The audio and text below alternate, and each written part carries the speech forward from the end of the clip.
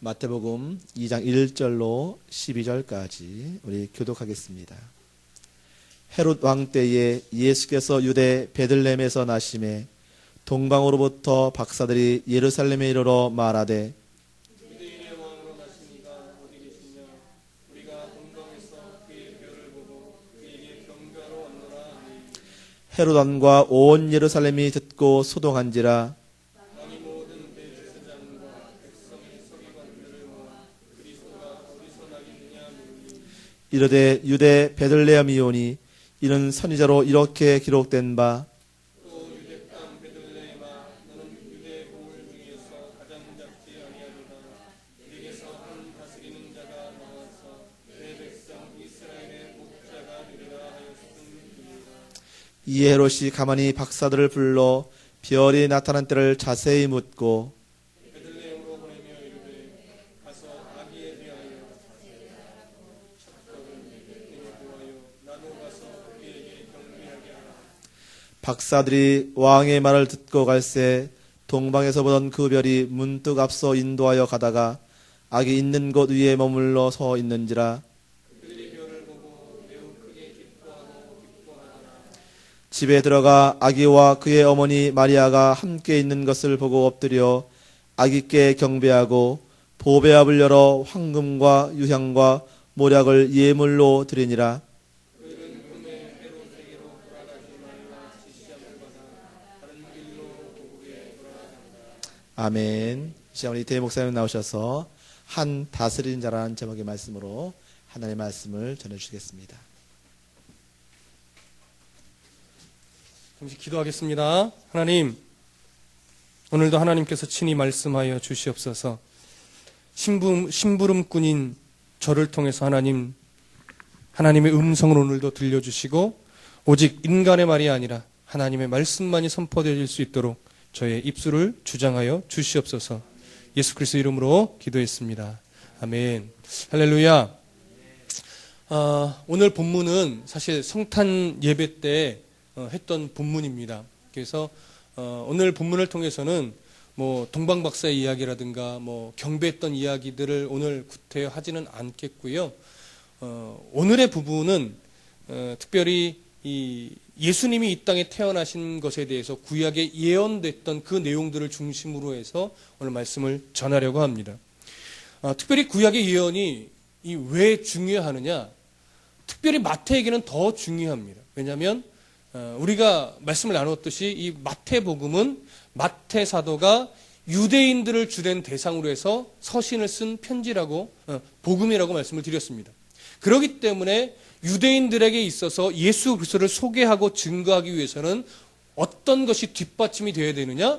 구약에서부터 예언됐던 그분이 바로 예수라는 사실, 다윗의 혈통으로 오신 바로 그분이 예수라는 사실이 증명되어지고 그들에게 전해져야 되기 때문에 특별히 더 옛 선지자가 했던 말씀들, 구약의 예언들을 통해서 마태가 인용하여 이야기하는 것은 너무나 중요한 것입니다. 그렇기 때문에 우리가 마태가 인용했던 이 본문들이 왜 예수를 증거하는 본문이 될 수밖에 없는가라고 하는 것을 이해하는 것은 마태복음을 쓴 마태의 의도와 하나님께서 마태를 통해서 성경을 기록하게 한 이유를 이해하는 데 있어서 너무나 중요한 단서가 되고 중요한 메시지가 되기 때문에 그렇습니다. 마태복음 1장에서는 예수 그리스도의 어떤 영적인 계보와 수태고지를 받기까지 내용을 1장에서는 기록하고 있습니다. 그리고 2장에서는 예수 그리스도의 탄생에 대한 내용을 기록하고 있는 것입니다. 그리고 3장에서는 예수 그리스도의 오실 그 길을 예비하고 있는 세례 요한에 대한 기록을 3장에서 하고 있고 본격적으로 예수 그리스도의 생애에 대한 기록은 4장에서부터 그 기록이 시작이 됩니다. 그래서 오늘 우리가 봐야 될 부분이 바로 2장 예수 그리스도의 탄생에 대한 부분입니다. 그러면 이 예수 그리스도의 탄생에 대한 인용을 마태는 어디서부터 시작을 하냐면 미가 선지자의 이야기에서부터 시작을 하고 있습니다. 그것이 바로 2장 6절의 말씀입니다. 다 같이 한 번 더 읽어보겠습니다. 마태복음 2장 6절 함께 읽습니다. 시작. 또 유대 땅 베들레헴아 너는 유대 고을 중에서 가장 작지 아니하도다. 네게서 한 다스리는 자가 나와서 내 백성 이스라엘의 목자가 되리라. 거기까지입니다. 내 백성 이스라엘의 목자가 되리라. 유대 땅 베들레헴아 너는 유대 고을 중에 가장 작지 아니하도다. 내게서 한 다스리는 자가 나올 것이다 라는 이야기지. 자, 이 얘기는 바로 미가서 5장 2절에 있는 말씀을 마태 사도가 인용한 구절입니다. 어떻게 해요? 예수께서 성취자로 오셨음을 인용하기 위해서 마태가 이 구절을 사용한 것입니다. 그러면 여러분, 우리가 오늘 먼저 정확하게 이해할 것은 뭐냐면, 왜 굳이 마태가 이 미가서 5장 2절의 말씀을 인용해서 예수님의 탄생을 기록하고 있는가라고 하는 것입니다.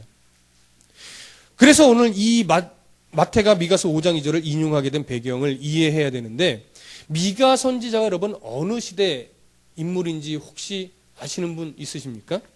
미가는요, 바로 남유다의 왕 아하스 왕 시대의 인물입니다. 그러면 여기서 여러분이 좀 의문을 품으셔야 돼요. 저번 주 설교를 잘 듣고 한 주간 동안 이렇게 생각하면서 저번 주 말씀 혹시 기억했던 분이 있으시다면, 제가 이 말씀을 드릴 때 이상하다라는 의문이 생겨야 돼요. 왜요? 저번 주 아하스 왕 시대의 선지자는 누구였습니까? 이사야였습니다. 목사님, 저번 주에 아하스 왕 시대의 선지자는 이사야라고 하더니 왜 오늘은 미가 선지자라고 합니까? 이렇게 돼야 돼요. 왜 그러느냐?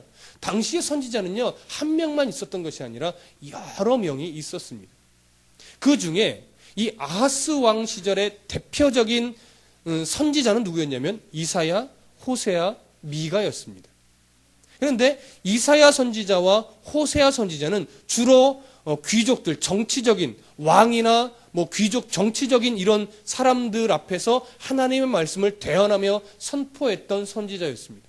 그러나 미가는 주로 백성들 앞에서 그들에게 하나님의 말씀을 대언했던 선지자였어요. 그러니까 하나님의 말씀을 전하는 주된 대상이 달랐었지요. 그래서 오늘 이 미가 선지자는 바로 이스라엘의 백성들 앞에서 하나님의 뜻을 전했던 그런 인물이었는데, 그러면 저번 주에 우리가 나눴던 말씀 중에서 임마누엘의 이 예언을 말씀드렸었는데, 임마누엘에 대한 예언을 하나님이 왜 이사야 선지자를 통해서 아하스 왕에게 전했다라고 말씀을 드렸습니다. 그 이유가 무엇이었습니까? 아하스 왕의 불신앙 때문이었습니다. 내 백성을 내가 지키리라, 보호하리라 라고 하셨던 하나님의 말씀을 믿지 못하고, 네가 징조를 구해봐라 했던 말씀을 믿지 못하고 나는 징조를 구하지 않겠습니다라고 했던 이유가 뭐라고 했습니까? 이미 그가 아람과 북이스라엘의 그 군사들을 대적하는 그 힘을 얻기 위해서 누구에게 원조를 청했다고요? 애굽에게 원조를 청했다고요. 애굽의 군사력을 등에 업고 이 싸움을 싸우기 위해서 이미 애굽에게 원조를 청해놨기 때문에 나는 하나님의 징조를 구하지 않겠습니다라고 말했다고 말씀을 드렸습니다. 그 이유는 뭐라고요? 하나님으로는 내가 이 전쟁에서 승리할 수 있을지 없을지 믿을 수 없다라는 이유였습니다. 그런데 결국 북이스라엘과 아람은 하나님께서 누구를 방망이로 사용하셔서 그들을 멸망시킵니까?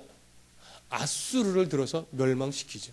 애굽을 통해서 보호하셨던 것이 아니고 하나님은 아수르라는 또 다른 이방 민족을 들어서 이스라엘을 보호하게 하셨어요.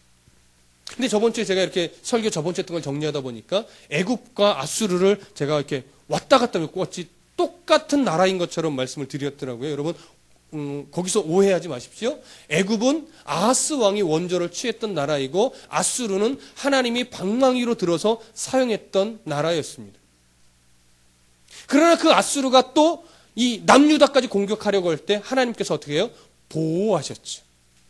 그래서 하나님께서는 하나님의 방법으로 하나님께서 친히 이스라엘을 보호하셨었습니다. 그러면 이 임마누엘이라는 것이 하나님을 온전히 신뢰하지 못했던 아하스 왕의 불신앙 때문에 하나님께서 내가 친히 이스라엘을 보호하고 지키고 내 약속을 이끌어갈 것이다라는 의지로서 임마누엘의 예언을 주셨는데, 그럼 당시에 하나님 앞에 불신앙의 모습을 갖고 있던 것이 아하스 왕뿐이었을까요? 그렇지 않습니다. 정치 지도자들도 부패했었고 제사장 그룹들도 하나님 아버지 앞에 온전한 진리를 선포하지 못했었고 마찬가지로 백성들도 그 영적인 분위기에 휩쓸려서 하나님을 온전히 섬기지 못했었습니다. 그래서 오늘 이 미가 선지자는 그러한 배경하에서 정치 지도자들, 제사장 그룹들, 그리고 더 깊게는 이스라엘 백성들 앞에서 그들의 불신앙과 그들의 잘못된 죄악의 모습들을 선포하고 가르치는 겁니다. 그것이 바로 미가서의 주된 내용입니다. 그러면 여러분 오늘 미가서를 한번 찾아보셔야 됩니다. 구약성경 미가서 3장을 한번 찾아보시겠습니다. 미가서입니다. 호세아, 요엘, 그 다음에 아마 그 근처에 미가서가 있습니다. 오바댜, 다음에 미가서 3장 9절에서 12절까지를 읽어보도록 하겠습니다. 구약성경 1294쪽입니다. 구약성경 1294쪽 미가서 3장 9절에서부터 12절까지 다 찾으셨습니까? 우리 교독하겠습니다. 제가 9절을 읽습니다. 야곱 족속의 우두머리들과 이스라엘 족속의 통치자들 곧 정의를 미워하고 정직한 것을 굽게 하는 자들아 원하노니 이 말을 들을지어다.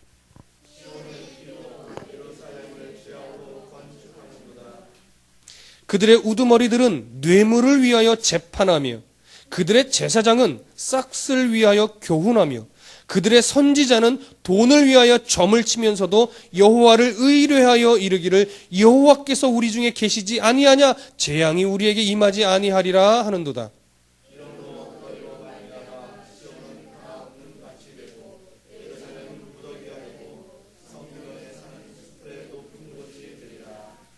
여러분 11절에서 부패하고 불신앙에 있던 대표적인 인물들을 누구를 들고 있습니까? 첫 번째는 정치 지도자들입니다. 그들이 뇌물을 위해서 재판했다고 말합니다. 또 한 그룹은 누굽니까? 제사장 그룹입니다. 싹스를 위하여 교훈했다라고 말합니다. 그리고 누굽니까? 선지자들입니다. 돈을 위하여 점을 쳤다고 말합니다. 그래서 잘못됐다라고 지적해줘야 되는데 돈을 받고 어떻게 돼요? 하나님이 함께 하시니 잘 될 겁니다. 이게 그때 당시에 하나님의 진리를 왜곡했던 선지자들, 제사장들, 정치 지도자들의 모습이었습니다. 그와 함께 백성들마저도 그 분위기에서 하나님을 바로 보지 못했었어요. 하나님을 기복주의로 바라보거나 하나님을 두려운 존재로만 바라보거나 우리의 왕으로 이스라엘 백성들이 하나님을 볼 수 없었습니다. 왜요? 지도자들이, 제사장들이, 선지자들이 하나님을 바라보지 못하고 있는데 어떻게 백성들이 하나님을 바라볼 수 있겠습니까? 여러분 오늘날 이런 걸 꼭 아셔야 됩니다. 한 교회의 목회자가 하나님 아버지 앞에 바로 서 있지 못하면 그 성도들은요 그 수준을 넘어갈 수 없는 겁니다. 한 교회의 목회자가 하나님 앞에 정직하지 못하면 성도들이 하나님 앞에 정직하기가 어려운 거예요. 그 입에서 성도들의 귀에 즐거운 말만 내뱉게 되면 성도들은 바른 하나님을 볼 수 없습니다. 그러니 오늘날 이 말이 오늘날과 뭐가 다르겠습니까? 교회의 유익을 위하여 성도들에게 하나님의 바른 말씀을 전해야 되는데 개인의 사사로운 이익을 위하여 설교를 하고 개인의 유익을 위하여 강단에서 하나님의 말씀을 왜곡하여 전해진다면 그 핏값을 하나님이 누구에게 물으시겠습니까? 여러분 중세시대는 달랐겠습니까? 중세시대가 참 암울한 시기라고 말을 하고 있는데 중세시대가 암울한 이유는 무엇이냐면 보통 이제 천주교회의 그 분위기지만 그때 당시에 교황이나 신부들이 하나님의 말씀을 어떻게 이용했습니까? 사람들이 알아듣지 못하는 라틴어로만 설교를 하고 라틴어로만 성경을 보게 함으로 인해서 성도들은 하나님 말씀을 알아듣지 못하는데 그들은 유식한 척 라틴어로 막 얘기하는 거예요. 그래 놓고서 어떻게 돼요? 하나님의 말씀을 그 당시 중세 사람들의 돈을 끌어내기 위한 목적으로만 강단에서 설교를 했던 겁니다. 헌금을 안 하고 면죄부를 안 사니까 지옥에 떨어진다라는 거예요. 돈을 내고 면죄부를 사야 지옥에 있고 연옥에 있던 너희들의 형제가 하나님의 나라로 옮겨질 수 있다라는 거예요. 그래서 중세시대 사람들에게 하나님은 어떤 하나님으로 비춰졌느냐? 무서운 하나님, 두려운 하나님, 자칫 잘못하면 지옥에 나를 보내실 그런 하나님으로만 비춰졌던 거예요. 그래서 면죄부를 사라고 할 때 그들이요, 너무나 감사한 마음으로 면죄부를 산 것이 아닙니다. 너무나 두려워서, 지옥에 떨어진 내 형제들이 너무나 안타까워서 나도 지옥에 떨어지면 어떨까 할까 해서 장애자들이, 돈도 없어서 한 끼 먹기도 힘든 사람들이 어렵게 번 돈을 가지고 뭘 사요? 면죄부를 사요. 그게 하나님의 뜻이라고 했다. 신부들이 그게 하나님의 뜻이라고 외쳤고, 성도들은, 백성들은 그게 하나님의 뜻인 줄 알았어요. 이것이 중세시대의 암울한 역사입니다. 그런데 오늘날은 다를까요? 오늘날은 다를까요? 특히 요즘에 교회들의 참 안타까운 소식들이 많이 들려집니다. 특히 목회자들의 안타까운 소식들도 많이 들려집니다. 얼마나 사실 목회자의 입장에서 안타깝고 슬픈지 모릅니다. 너무나 존경받던 목사님들이 돈의 문제로 세상 법정에 쓰는 일이 예전에도 있었지만 요즘은 더 드러나고 있습니다. 여자 문제로 세상 도마에 예전에도 올라갔지만 요즘에 정말 존경받던 목회자가 도마 위에 올라갑니다. 그런데 문제는 그럴 수 있습니다. 실수할 수 있습니다. 돈 때문에 목회자가 넘어질 수 있습니다. 여자 문제로 넘어질 수 있습니다. 문제는 뭐냐면 그럴 때 정말 하나님 앞에 자숙하고 회개하여 정말 다윗이 하나님 앞에 꼬꾸라졌던 것처럼 정말 꼬꾸라졌느냐, 정말 하나님 아버지 앞에 회개하고 눈물로 하나님이 나를 일으켜 주실 때까지 납작 엎드려 있느냐라고 볼 때 그렇지 않은 목회자들이 너무나 많아서 더 가슴이 아픈 겁니다. 스스로 자신의 입으로 자신을 다윗처럼 비교하고 있다는 얘기를 들을 때 감히 이런 소리가 목에까지 올라옵니다. 다윗과 비교하는 것은 하나님이 그렇게 긍휼히 여겨주실 때만이 가능한 거지, 스스로의 입으로 제가 다윗처럼 범죄했습니다, 이런 고백들이 올바르지 않습니다. 물론 그분의 중심이고 진실이 어디에 있는지 저는 정확하게 알 수 없습니다. 왜냐하면 들려지는 얘기로만 들었으니까요. 그러나 그것이 진실이고 사실이었다라고 하면 하나님께서 심판하실 겁니다. 그리고 그 모습은 이 미가 선지자가 살아있던 그 당시나 중세시대 그 암울했던 시대나 지금이나 다를 게 없다라는 거예요. 여러분, 하나님께서 주신 약속을 자기 중심적으로만 적용하면서 회개할 줄 모른다는 것은 탐욕으로, 욕심으로 인해 눈이 어두워질 대로 어두워졌다라는 것입니다. 그래서 욕심이 잉태한 즉, 탐심이 잉태한 즉 뭐를 낳습니까? 죄를 낳는 겁니다. 오늘 본문 12절에서 뭐라고 말합니까? 너희로 말미암아 시온은 갈아엎은 밭이 되고 예루살렘은 무더기가 되고 성전에 사는 수풀의 높은 곳이 되리라고 하였습니다.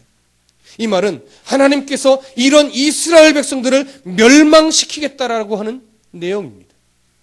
그러나 이 멸망은 단순히 하나님이 분노해서 그냥 내가 싹 없애버리겠다 이런 의미이겠습니까? 그렇지 않습니다. 하나님이 그 멸망을 통해서 이스라엘 백성들을 어떻게 해요? 정화시키겠다라는 겁니다. 이스라엘 백성들의 마음을 바꿔놓겠다라는 겁니다. 스스로 회개하지 못하고 스스로 하나님 아버지 앞에 각성하고 회개하며 엎드러지지 않으니까 하나님이 엎드리게 만들겠다라고 하는 겁니다. 이 예언은 실제로 대략 100여 년 정도가 지난 후에 예레미야 선지자 때 이루어집니다. 바벨론에 의해서 이스라엘이 어떻게 되죠? 멸망당합니다. 그리고 여러 지역의 포로로 끌려가게 만듭니다. 이름으로 해서 하나님의 정화의 역사가 시작이 되는 겁니다. 그러나 이스라엘 멸망은 영원한 것은 아니었죠. 하나님께서 흩으신 후에 하나님께서 친히 세우실 메시아의 왕국은 분명히 회복될 것이라고 하나님이 약속해 주셨습니다.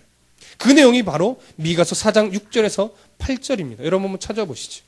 미가서 4장 6절에서 8절. 다 찾으셨습니까? 바로 한 장 뒤 정도 있겠죠? 함께 읽겠습니다. 3절의 말씀이니까 6절입니다. 시작.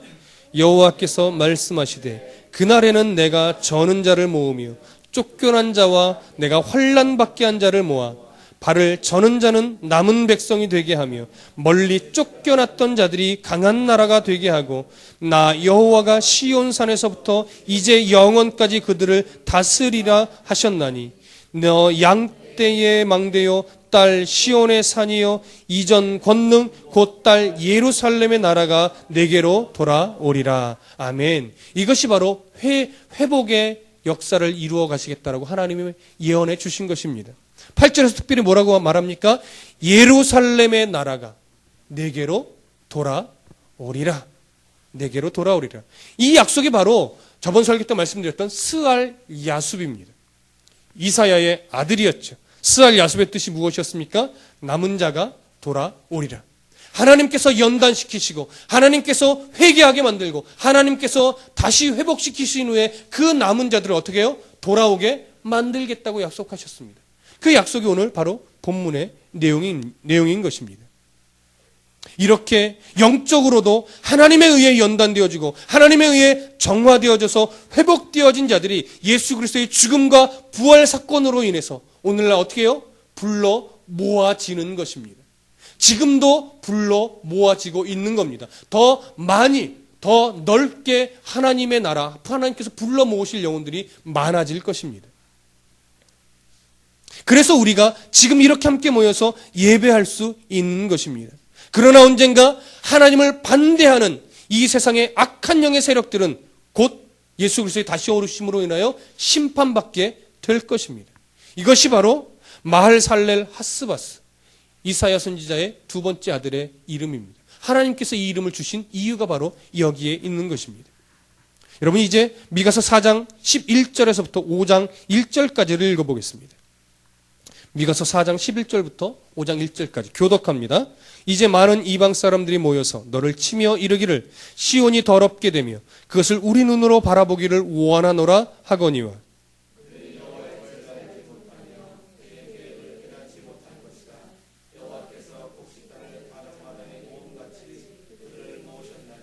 딸 시온이여 일어나서 칠지어다. 내가 네 뿔을 무쇠 같게 하며 내 굽을 놋 같게 하리니 내가 여러 백성을 쳐서 깨트릴 것이라. 내가 그들의 탈취물을 구별하여 여호와께 드리며 그들의 재물을 온 땅에 주께 돌리리라.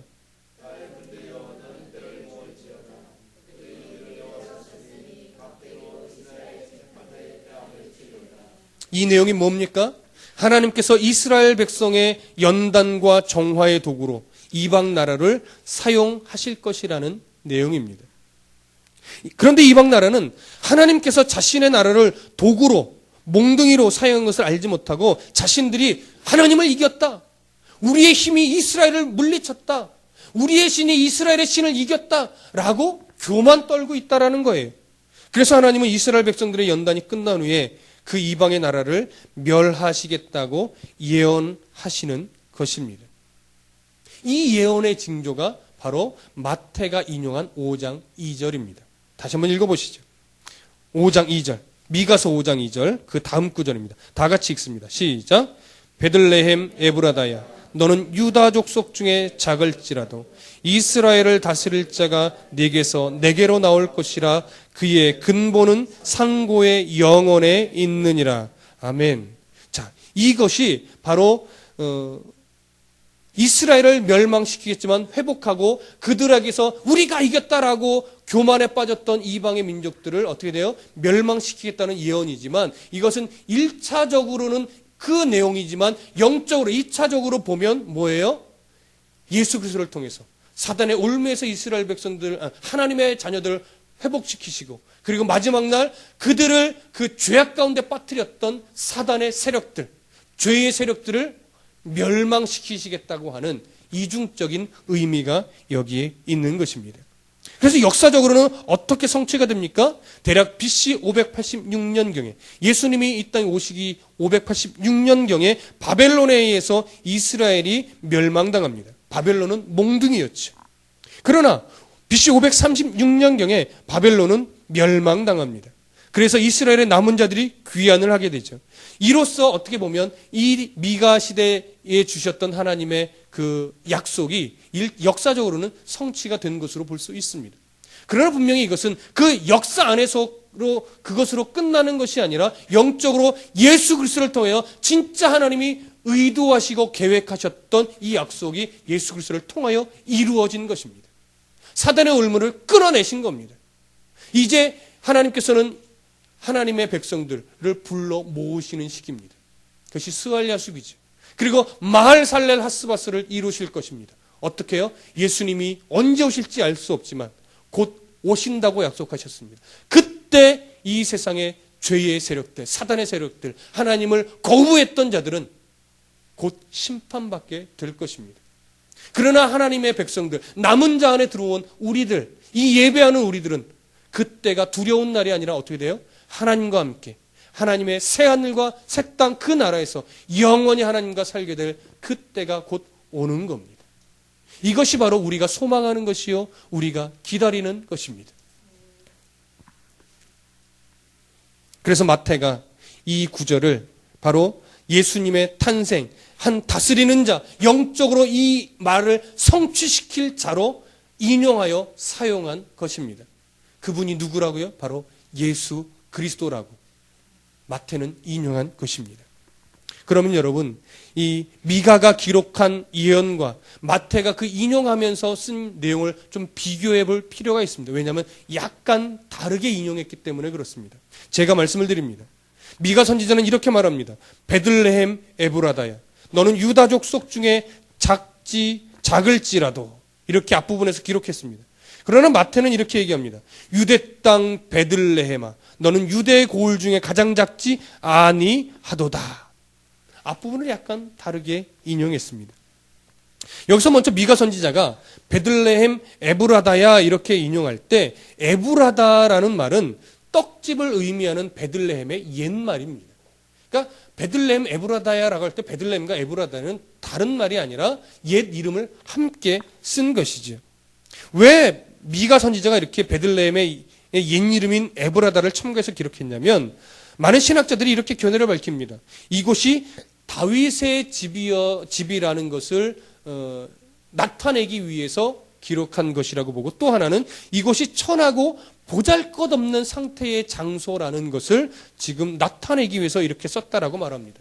이렇게 연약한 곳에서, 이렇게 작은 곳에서, 이렇게 비천한 곳에서 다스리는 자가 나올 것이다라는 것을 나타내기 위해서라고 말을 합니다. 그러면 마태는 왜 이 구절을 유대 땅 베들레헴아 너는 유대 고을 중에 가장 작지 아니하도다 이렇게 약간 바꿔서 인용했을까요? 그것은 이미 예수 그리스도가 탄생했습니까? 안 했습니까? 했습니다. 그렇죠?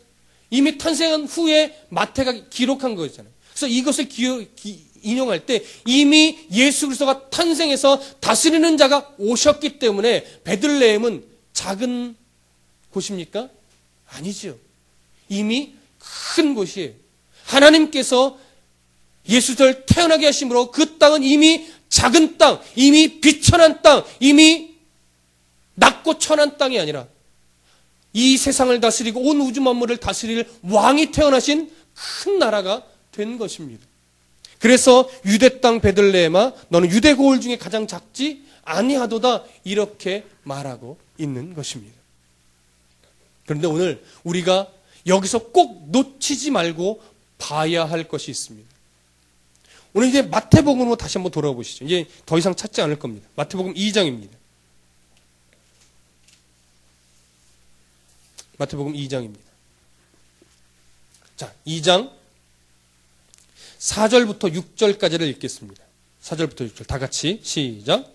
왕이 모든 대제사장과 백성의 서기관들을 모아 그리스도가 어디서 나겠느냐 물으니 이르되 유대 베들레헴이오니 이는 선지자로 이렇게 기록된 바 또 유대 땅 베들레헴아 너는 유대 고을 중에 가장 작지 아니하도다. 내게서 한 다스리는 자가 나와서 내 백성 이스라엘의 목자가 되리라 하였음이니이다. 자, 미가서의 이 예언이 지금 누구 앞에서 선포되어지고 있습니까? 이스라엘 백성들 앞에서 선포되어지고 있습니까? 아니지요. 당시 권세를 잡고 있던 헤롯 왕 앞에서 선포되어지고 있다는 것을 여러분 꼭 기억하십시오. 왜 이 예언을 이스라엘 백성들 앞에서 먼저 선포하게 하지 않으시고 당시 권세를 잡고 있던 헤롯 왕 앞에서 선포되어지게 하나님은 만드셨을까요? 이유가 있습니다.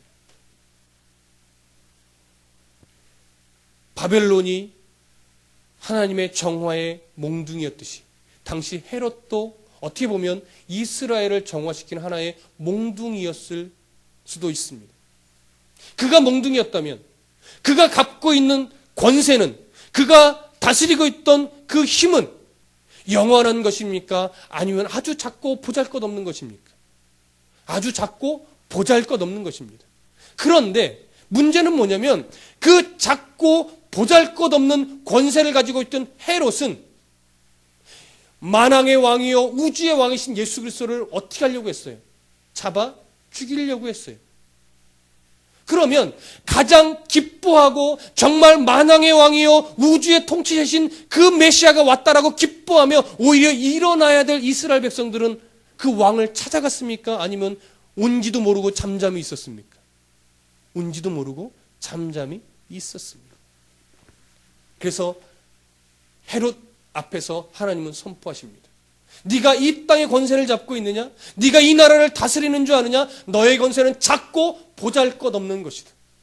그러나 이제 진짜 온 우주의 창조자여 만물을 다스리는 진짜 통치자가 이 땅에 오셨다라는 겁니다. 너는 그 권세 앞에 굴복해야 된다라는 것입니다. 그런데 헤롯은 이미 죄의 영향력 아래 놓여 있기 때문에 그 권세에 굴복하는 것이 아니라 오히려 그 이야기를 듣자마자 그 예수 그리스도를 찾아서 잡아 죽이려고 했다라는 거예요. 왜요? 내가 이 권세를 누리는데 방해가 되니까. 오늘날 우리의 모습을 한번, 이 세상의 모습을 한번 보십시오. 하나님의 통치를 온전히 그 앞에, 하나님의 통치 앞에 굴복하여 살아가는 백성이 얼마나 됩니까? 하나님의 진실한 통치를 받으며 목회하는 목회자가 얼마나 되겠습니까? 하나님의 진실한 통치 앞에 굴복하며 그 뜻에 순종하며 살아가고자 몸부림치고 있는 성도가 몇이나 되겠습니까? 물론 이 말은 적다라는 것이 아닙니다. 우리가 그만큼 어떻게 해요? 각성해야 된다라는 얘기죠. 자, 생각해 보십시오. 로마서 8장 39절에 바울 사도는 이렇게 말합니다. 높음이나 기품이나 다른 아무 피조물이라도 우리를 우리 주 그리스도 예수 안에 있는 하나님의 사랑에서 끊을 수 없으리라. 하나님의 백성은 하나님의 그 사랑의 손에서 결코 벗어날 수 없습니다. 근데 하나님의 백성이 하나님의 통치받기를 거절하고 자꾸 세상으로 시선을 돌리면 하나님은 그 성도를 어떻게 해요? 계속하여 연단으로 거듭하여 그들을 돌아오게 만들 수밖에 없는 겁니다. 그런데요, 왜 이 사랑을 안에 놓여있는 하나님의 자녀들이 왜 자꾸 하나님을 떠나는 것일까요? 여러분, 저는 그 이유를 이렇게 말합니다. 세상이 행복하게 살 수 있을까요? 이 땅에서? 그리스도인들이 이 땅에서 아주 편안하게 살 수 있을까요? 아니, 하나님 믿지 않아도, 하나님 믿지 않는다 할지라도 이 세상을 정말 여러분 행복하게 살 수 있을까요? 저는 감히 말합니다. 성경을 기준으로 해서 보면 이 세상은요, 행복하게 살 수 있는 땅이 아닙니다. 여러분, 돈이 수십억을 가진 사람이 있습니다. 과연 그 수십억이 그 사람에게 행복을 줄까요? 잠시, 한 달, 1년, 이 정도는 행복을 줄 수 있겠죠. 그러나 그 수십억, 수백억이 그에게 영원한 행복을 줄 수 있습니까? 없습니다. 오히려 그 수십억, 수백억이 불안하게 만들고 더 가져야 되는데 이런 욕심을 잉태하지 만족과 감사와 평강과 행복과 희락을 주지 않습니다. 대통령이 되면 명예를 얻고 권세를 얻으면 행복할까요? 당시 그 권세를 누리던 헤롯도 유대인의 왕이 왔다는 소식이 어떻게 해요? 불안해했습니다. 소동했습니다. 명예가 권세가 행복을 주지 못합니다. 그런데 하나님의 자녀들은 어떻습니까? 교회를 통하여 세상 속에서 살아갈 때, 교회 생활을 하고 세상에서 살아나갈 때 성도들도 물질로 어려움을 받습니까? 안 받습니까? 받습니다. 성도들도 진로의 문제로 고민하고 힘들어 합니까? 안 합니까? 합니다. 직장의 문제로도 힘들어 합니까? 안 합니까? 합니다. 또요, 교회 안에서는요, 목회자로 인해서도 상처받고 힘들어 합니까? 안 합니까? 합니다. 성도와 성도 관계 속에서도 상처받고 힘들어하고 어려울 수 있습니다. 다 그럴 수 있어요. 왜? 세상은 죄 가운데 놓여 있기 때문에. 죄가 인간을 그렇게 편안하게 내버려 두지 않습니다. 근데 문제는 뭡니까? 그것들로 인해서 신앙을 버리더라는 거예요. 그것으로 인해서 믿음을 버리더라는 겁니다. 이것은 잘못됐다라고 하는 거예요. 흔들릴 수 있고 넘어질 수 있고 상처받을 수 있는데 아예 신앙을 버리고 하나님을 떠나더라는 겁니다. 성경은 이것을 잘못됐다고 말합니다. 왜 힘들고 왜 어렵고 왜 상처받는 일이 생깁니까? 철저하게 성경은 그것이 하나님의 백성들을 성숙하게 정화시키고 하나님의 사람으로 온전히 세워가는 뭐예요? 정화의 도구라고 말합니다. 사단은 자꾸 넘어뜨리지만 하나님은 오히려 그 사단을 이용해서 우리를 성숙하게 만들어가는 거예요. 그 과정을 통해서. 그러니까 진정한 그리스도인은